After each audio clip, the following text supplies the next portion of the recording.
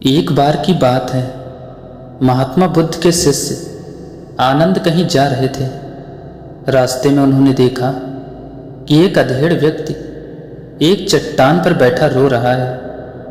वे उसके पास गए और बोले, क्या बात है वत्स, तुम कौन हो और क्यों रो रहे हो? आनंद की बात सुनकर उस व्यक्ति की सिसकियां थम गईं।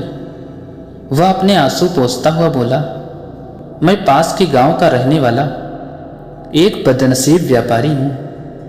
मैं जो भी काम करता हूं वह बिगड़ जाता है। व्यापार के चक्कर में मैंने अपनी पत्नी के गहने गंवा दिए। मैंने अपने परिवार को भी खो दिया, यहाँ तक कि मेरा घर भी गिरवी पड़ा है। मुझे तो लगता है कि मैं किसी काम का नहीं हूं, मेरी किस्मत ही खराब है। उसकी बात सुनकर आनंद बोली, तुमसे किसने कहा वत्स कि तुम्हारी किस्मत खराब है? जरा मैं भी तो जानूं कि तुम्हारी किस्मत में क्या खराबी है। वह व्यक्ति बोला, पहले मैं खेती करता था, पर हर साल उसमें घाटा होता था। कभी सूखा पड़ जाता तो कभी ज़्यादा बारिश के कारण फसल बर्बाद हो जाती। इससे परेशान होकर मैंने व्यापार करने का निश्चय किया। मैंने पत्नी के गहने बेचकर अपना व्यापार शुरू किया, लेकिन मेरा व्यापार नहीं चला। शुरू में परिवार वालों ने मेरा साथ दिया, लेकिन जैसे जैसे मुझे नुकसान होने लगा, मेरे परिवार वाले भी मुझसे दूर हो गए। मैं यह सब उनके लिए ही कर रहा था, लेकिन अब वे लोग मुझे देखकर नज़रें फेर लेते हैं और मुझे ही मेरे परिवार की दुर्दशा का जिम्मेदार ठहराते हैं। उस व्यक्ति ने एक लंबी सी सांस ली और फिर बोला, मेरा एक मित्र है, उसने भी मेरे साथ अपना व्यापार शुरू किया था। उसका व्यापार अच्छा चल रहा है। वह जब भी मेरे घर आता है तो अपनी सफलता की कहानियाँ सुनाता है। उसकी बातें सुनकर मेरे घर वाले भी कहते हैं कि उसे देख और कुछ सीख। हमें तो लगता है कि तेरे वश का कुछ भी नहीं है। उन लोगों की बातें सुन सुनकर अब तो मुझे भी लगने लगा है कि शायद मेरे वश का कुछ भी नहीं है। अब तो मुझे अपना जीवन ही व्यर्थ लगने लगा है। मेरे मन में ख्याल आता है कि अपना जीवन समाप्त कर लूं। मैं यहाँ आया भी इसी इरादे से था, लेकिन हिम्मत नहीं कर पाया। इसीलिए यहाँ एकांत में बैठा विलाप कर रहा था। आनंद बोले, ओह, तो ये बात है। वैसे क्या तुम इसके अलावा कुछ और भी कहना चाहते हो? उनकी बात सुनकर वह व्यक्ति बोला, एक और मेरा हर काम खराब हो जाता है। दूसरी ओर मेरा मित्र है जो हर समय मुझे नीचा दिखाने का प्रयत्न करता रहता है। मुझे समझ में ही नहीं आता कि मैं क्या करूं। आनंद बोले, क्या तुम अपने मित्र की बातें सुनकर दुखी हो जाते हो? हाँ, मैं उसकी बातें सुनकर स्वयं दुखी हो जाता हूं, उस व्यक्ति ने जवाब दिया। आनंद ने पूछा, तुम्हें किस बात का दुख होता है? अपने असफल होने का या फिर मित्र के सफल होने का? उनका सवाल सुनकर वह व्यक्ति एक पल के लिए सोच में पड़ गया। फिर वह बोला, अगर सच कहूँ तो मुझे अपने असफल होने का उतना दुख नहीं होता जितना कि मित्र के सफल होने का होता है। अर्थात यदि तुम्हारा मित्र असफल हो जाए तो तुम्हें खुशी होगी? आनंद ने प्रश्न किया। वह व्यक्ति बोला, हाँ, मुझे बहुत खुशी होगी। इसका मतलब है कि तुम्हारी खुशी तुम्हारे मित्र पर निर्भर है। आनंद बोले, अगर वह चाहे तो तुम्हें खुश कर सकता है, और अगर वह चाहे तो तुम्हें दुखी कर सकता है। तुम स्वयं से न तो खुश हो सकते हो और न ही दुखी हो सकते हो। अर्थात तुम अपने मित्र के गुलाम हो गए हो, इसलिए तुम्हारा कुछ नहीं हो सकता। ऐसा ना कहे महात्मा। उस व्यक्ति ने हाथ जोड़ दिए। आपकी बातें सुनकर मुझे कुछ आशा बंध रही है।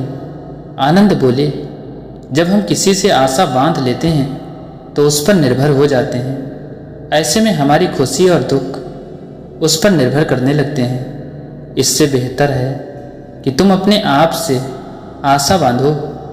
जब तुम ऐसा करोगे, साथ ही पूरे जतन से काम करोगे, तो तुम्हें सफलता अवश्य प्राप्त होगी। कहते हुए आनंद ने एक पल के लिए उस व्यक्ति की ओर देखा, फिर अपनी बात आगे बढ़ाई। तुम्हें लगता है कि तुम्हारा मित्र तुम्हें दुखी करने आता है, पर अगर विचार करो तो वह बातें तो सच्ची ही कहता है। वह अपने संघर्ष और अनुभव की बातें बताता है। तुम उन बातों से बहुत कुछ सीख सकते हो। तुम्हें इसके लिए उसका धन्यवाद करना चाहिए कि तुम्हें घर बैठे कुछ अनुभव मिल रहे हैं। तुम उन अनुभवों का लाभ उठाओ, नई शुरुआत करो, कर्म करते जाओ, हार मत मानो। एक दिन तुम्हें सफलता अवश्य मिलेगी। आज तुम जिसे अपना बुरा वक्त या बुरी किस्मत कह रहे हो, एक दिन यह बदल जाएगी। इसी के साथ तुम्हारे विचार भी बदल जाएंगे। और देखना, जब तुम्हारा अच्छा वक्त शुरू होगा, तब तुम्हारा मित्र भी तुम्हें अपनी सफलताओं की कहानियाँ नहीं सुनाएगा। तब वह अपनी असफलताओं की बातें बताएगा, ताकि तुम उसकी बातें सुनकर भ्रमित हो जाओ, तुम्हारा आत्मविश्वास हिल जाए और तुम गलत निर्णय ले सको। लेकिन उस समय भी तुम्हें अपनी बुद्धि का प्रयोग करना होगा। तुम्हारा मित्र जैसे आज तुम्हें दुखी करने आता है, उसी तरह उस समय भी वह तुम्हें दुखी करने आएगा, क्योंकि जिस तरह से उसे दुखी देखकर तुम्हें मज़ा आता है, उसी तरह उसे भी तुम्हें दुखी देखने में उतना ही मज़ा आता है। वह व्यक्ति बोला, आपने सही कहा, लेकिन मेरा सबसे बड़ा दुख यह है कि मेरे परिवार के लोग भी इसी में शामिल हैं। वास्तव में मैं तो अपने परिवार के लिए अच्छा करना चाहता था, लेकिन वे लोग भी मेरी बात नहीं समझते। वे भी मुझे गलत कहते हैं, और अब तो वे मेरे साथ भी नहीं हैं। आनंद बोले, मैं समझ गया, तुम सांत्वना चाहते हो। वास्तव में इस दुनिया में सभी लोग सांत्वना ही चाहते हैं। हम चाहते हैं कि हम जब भी कुछ करें तो लोग हमारी प्रशंसा करें, लेकिन आमतौर से ऐसा नहीं होता, इसलिए हम दुखी हो जाते हैं। हमें लगता है कि हमारे मित्र, परिवार वाले सब मतलबी हैं, लेकिन तुम अगर किसी को अपना परिवार मानते हो और उसके लिए कुछ करना भी चाहते हो, तो तुम्हें ऐसा क्यों लगता है कि तुम दूसरों के लिए कुछ कर रहे हो? वास्तव में तुम अपनी खुशी के लिए कर रहे हो। इसलिए परिवार के लिए कुछ करना वास्तव में आपके लिए ही करना होता है। लेकिन अगर ऐसा करते हुए तुम्हें लगता है कि तुम दूसरों के लिए कर रहे हो, तो तुम दुखी रहोगे।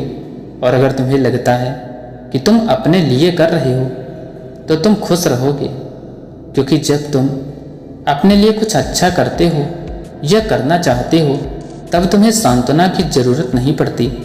आनंद की बातें सुनकर उस व्यक्ति के चेहरे के भाव बदल गए। वह बोला, आप सही कह रहे हैं, मैं समझ गया हूँ।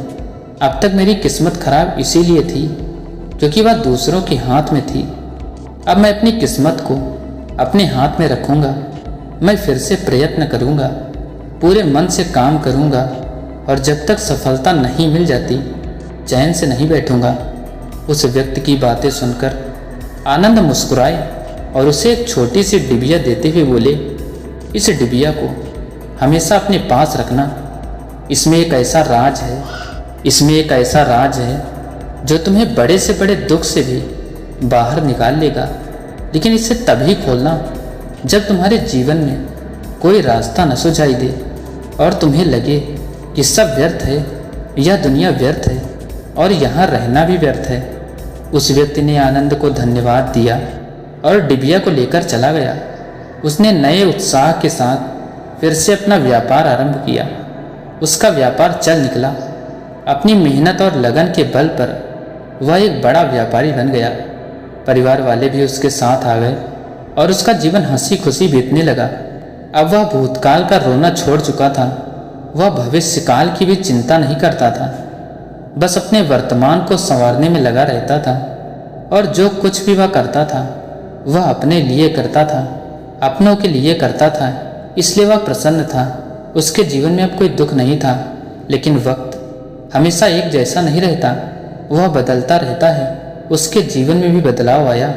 एक दिन उसके राज्य पर पड़ोसी राजा ने चढ़ाई कर दी। उसने इस राज्य पर अपना कब्जा कर लिया।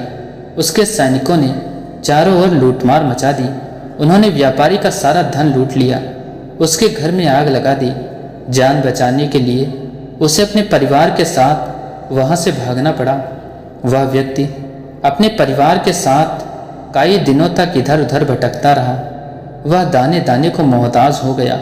उसका बच्चा बीमार हो गया। इलाज के अभाव में वह तड़पने लगा। यह देखकर उसका हृदय चीत्कार कर उठा। वह कैसे अपने बच्चे का इलाज कराए? उसके पास तो खाने के लिए भी पैसे नहीं थे। ऐसे में उसे एक बार फिर निराशा ने घेर लिया। उसे लगने लगा कि उसका जीवन व्यर्थ है, सारी दुनिया व्यर्थ है, किसी भी बात का कोई मतलब नहीं है। भले ही आप जीवन में कितना भी कुछ कर लो, कितना भी सफलता हासिल कर लो, पर अंततः यह जीवन समाप्त ही होता है। तो फिर ऐसे में जीवित रहने का क्या फ़ायदा? इससे तो अच्छा है कि वह अपना जीवन समाप्त कर ले। लेकिन तभी उसके दिमाग में आनंद की दी हुई डिबिया कौंध उठी। उसने उत्सुकता के साथ उसे खोला।